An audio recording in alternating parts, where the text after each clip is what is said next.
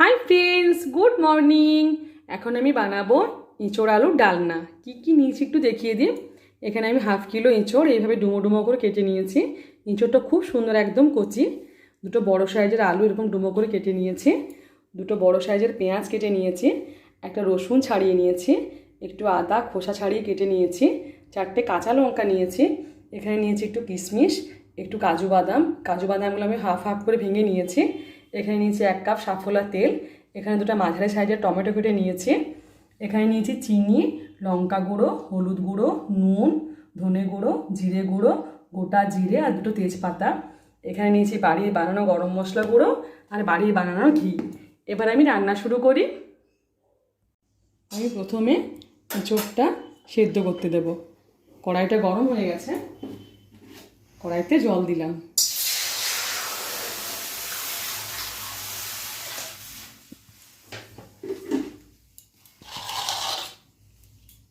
এঁচোড়টা দিলাম।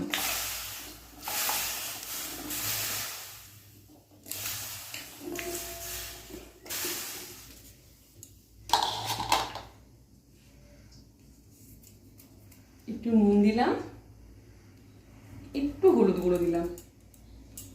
এঁচোড়টা সেদ্ধ হোক, আমি ঢাকা দিলাম। এঁচোড়টা যতক্ষণ সেদ্ধ হবে আমি ততক্ষণ মশলাগুলো রেডি করে নিই। প্রথমে আদা আর রসুনটা বাটবো। কাঁচা লঙ্কাটা বাটবো না, কারণ একটু লঙ্কা গুঁড়ো নিয়েছি। আদা রসুনটা বেটে নেব।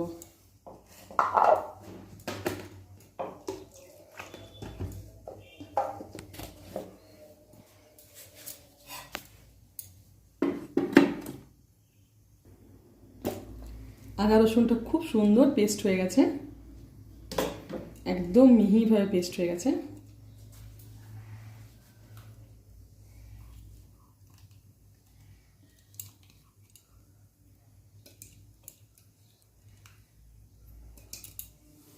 এবার আমি পেঁয়াজটা বেটে নেব।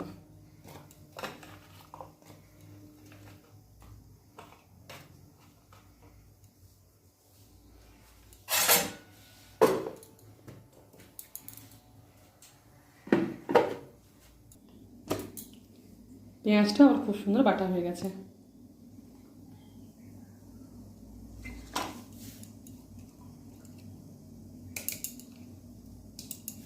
পরে একটু জল দিয়ে ধুয়ে নেব।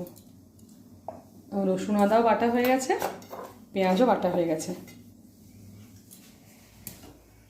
এঁচোড়টাই ফুটতে শুরু করেছে। এঁচোড়টা সিদ্ধ হোক, দেরি আছে।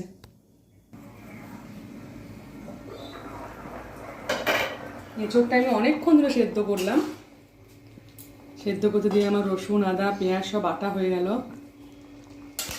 তা বাদ দিয়ে আমি অনেকবার ঢাকা খুলে খুলে দেখলাম। দেখুন খুব সুন্দর সেদ্ধ হয়ে গেছে। গ্যাসটা বন্ধ করে দিলাম।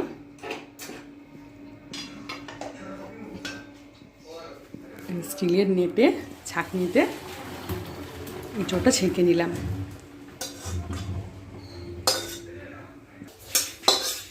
এঁচোড়টা আমি ছাঁকনিতে ছেঁকে নিলাম।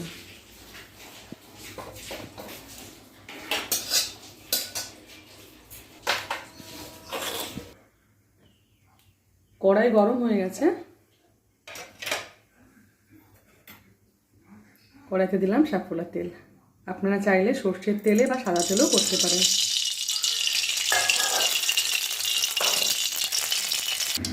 তেলটা গরম হয়ে গেছে। আমি সব তেলটা দিলাম না, হাফ দিলাম, হাফ রাখলাম। আমি প্রথমে আলুটা একটু ভেজে রেখে দেব।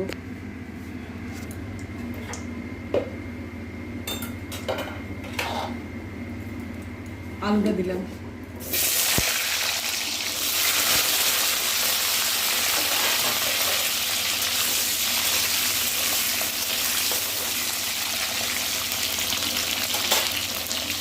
একটু নুন দেব।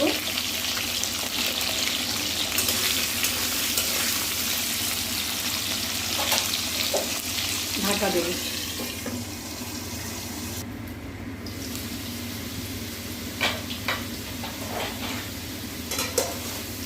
আর ওটা খুব সুন্দর ভাজা হয়ে গেছে। আমি এর আগে অনেকবার দেখলাম, হলুদ দিইনি, তাও দেখুন কি সুন্দর ভাজা হয়ে গেছে। আরও তো পরে মশলার সাথে ভাজা হবে। আলু ভাজাটা আমি তুলে নিচ্ছি।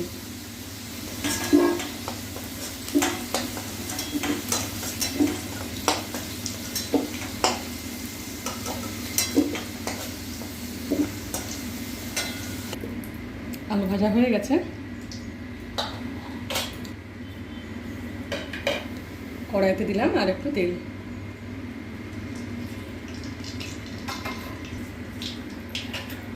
তেলটা একটু ভালোভাবে গরম হয়ে গেছে।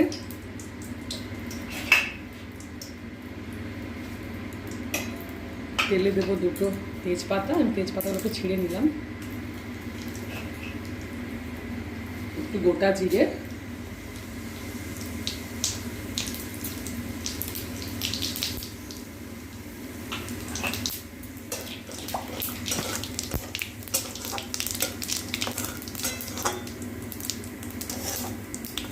জিরে আর তেজপাতাটা একটু ভাজা হয়ে গেছে। এবার দেবো একটু চিনি,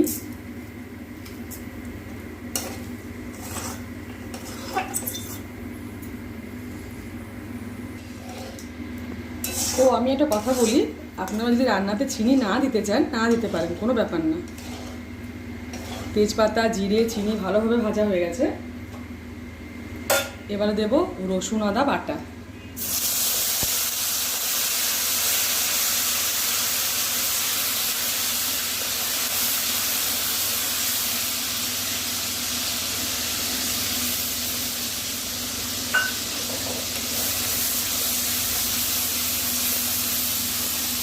সাফলা তেলে রান্না করলে কি হয়, এত সুন্দর, মানে কম তেলে রান্না হয়।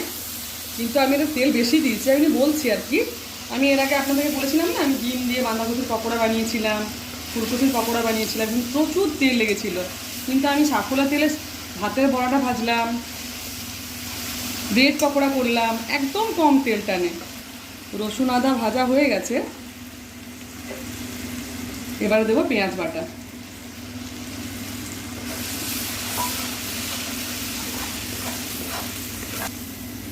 এঁচোড়টা একটু স্পাইসি করেই করতে হয় এঁচোড়ের রান্না, কারণ এঁচোড়কে গাছ পাঠা বলা হয়, তো মাংসর মতো রিচ করে স্পাইসি করেই বানাতে হয়, তাহলে বেশি টেস্টি লাগে।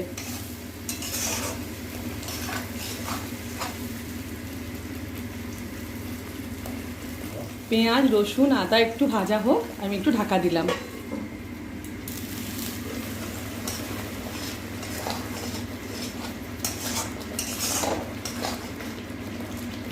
আর একবার ঢাকা দিলাম।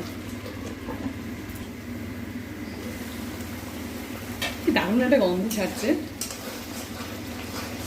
রসুন, আদা, পেঁয়াজ ভাজা হয়ে গেছে। এবারে দেবো কাজু বাদাম আর কিশমিশ।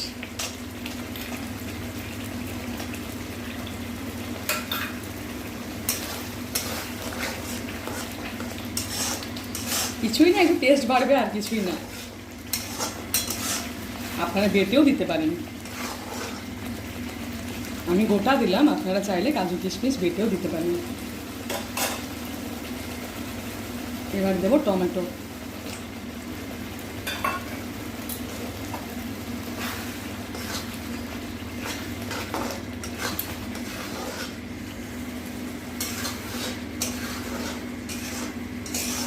কাজু, কিশমিশ, টমেটো একটু ভাজা হয়ে গেছে, আরও ভাজা হবে।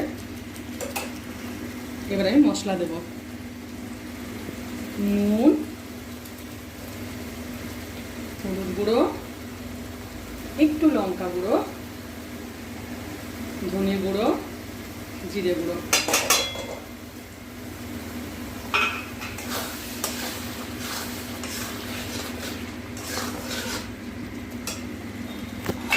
এবার দেবো ভেজে রাখা আলু।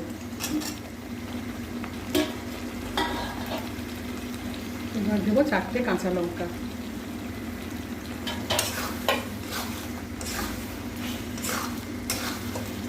এবার দেবো সেদ্ধ করে রাখা নুন হলুদ দিয়ে এঁচোড়।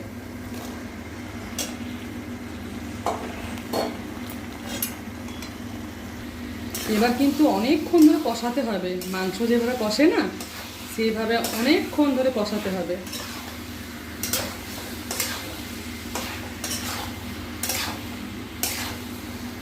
পুরো পেঁয়াজ, রসুন, আদা, মশলা, টমেটো, কাজু, কিশমিশ, আলু, ইঁচড় সব ভালোভাবে কষাতে হবে। যত কষাবেন তত ভালো টেস্ট হবে।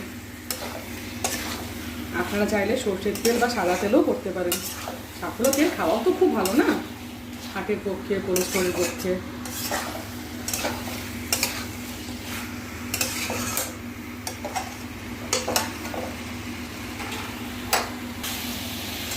দেখুন আমি সেইটাই কিন্তু 5-10 মিনিট ধরে সেইভাবে কষছি।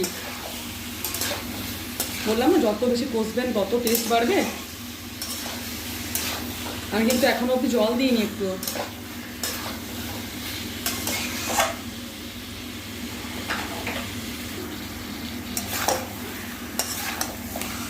দারুণ একটা গন্ধ ছাড়ছে, দেখতেও খুব সুন্দর হয়েছে। দেখুন তেল ছেড়ে ছেড়ে এসছে।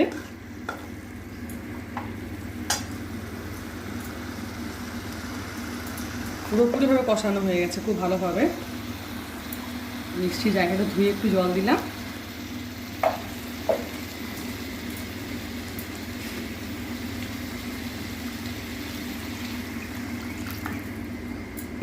জলটা আপনারা আপনাদের মনের মতো দেবেন। যদি পাতলা ঝোল খান তো তাই দেবেন, আপনাদের ইচ্ছে মতো দেবেন। ঝোল খেলে বেশি জল দেবেন, গ্রেভি খেলে কম জল দেবেন।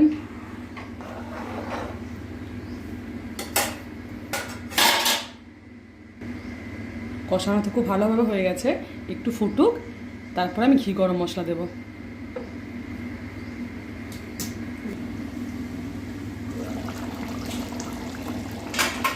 ঝোল খুব সুন্দর ফুটছে। আমি এর আগে ঢাকা খুলেও দেখলাম। দেখুন দেখতে কি দারুণ হয়েছে, কি অপূর্ব দেখতে হয়েছে। পুরো মাংসের মতো গন্ধ বেরিয়েছে।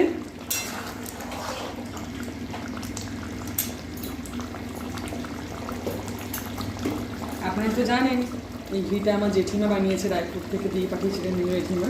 আমি গাজরের হালুয়া ফ্রাইড রাইস বানিয়েছিলাম। 1 চামচ ঘি দিলাম, বাড়িয়ে বানানো।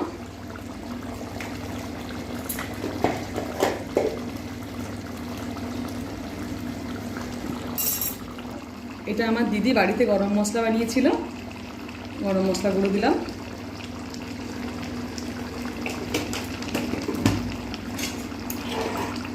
আমি ঘি গরম মশলাটা খুব ভালোভাবে মিশিয়ে নিচ্ছি।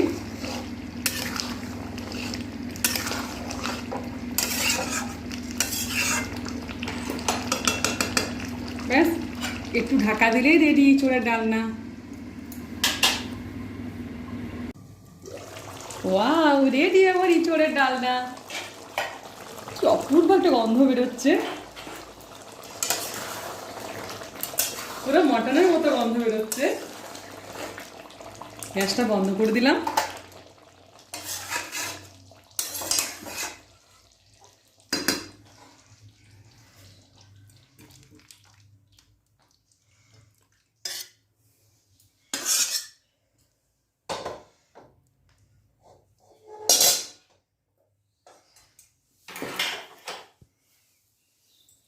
রেডি আমার ইঁচড়ের ডালনা। আপনারা তো দেখলেন কিভাবে বানালাম। আপনারা প্লিজ বানাবেন, আর যারা এখনও আমার চ্যানেলটি সাবস্ক্রাইব করেননি প্লিজ সাবস্ক্রাইব করবেন। আমার রান্না আপনাদের কেমন লাগে আমাকে জানাবেন। Thank you.